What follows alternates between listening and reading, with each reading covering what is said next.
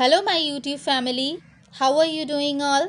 आई hope आप सब बिल्कुल अच्छे होंगे और तेज़ी से रीडिंग की तरफ बढ़ रहे होंगे।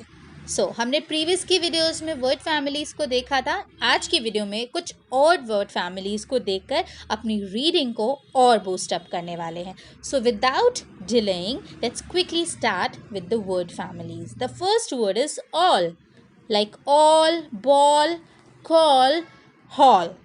Next would be ain, like brain, chain, main, plane. Let's see the next word of the word families. Bail, sail, tail.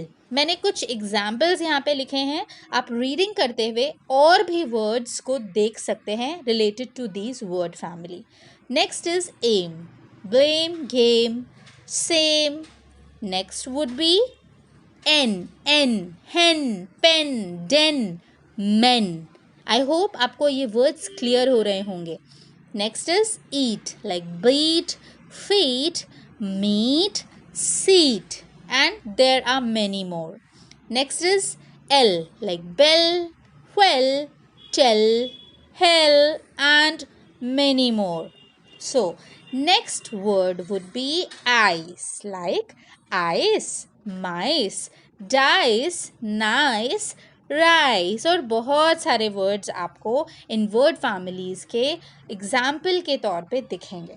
If you like this content, do not forget to like, share and subscribe, and you can also comment. Thank you for watching.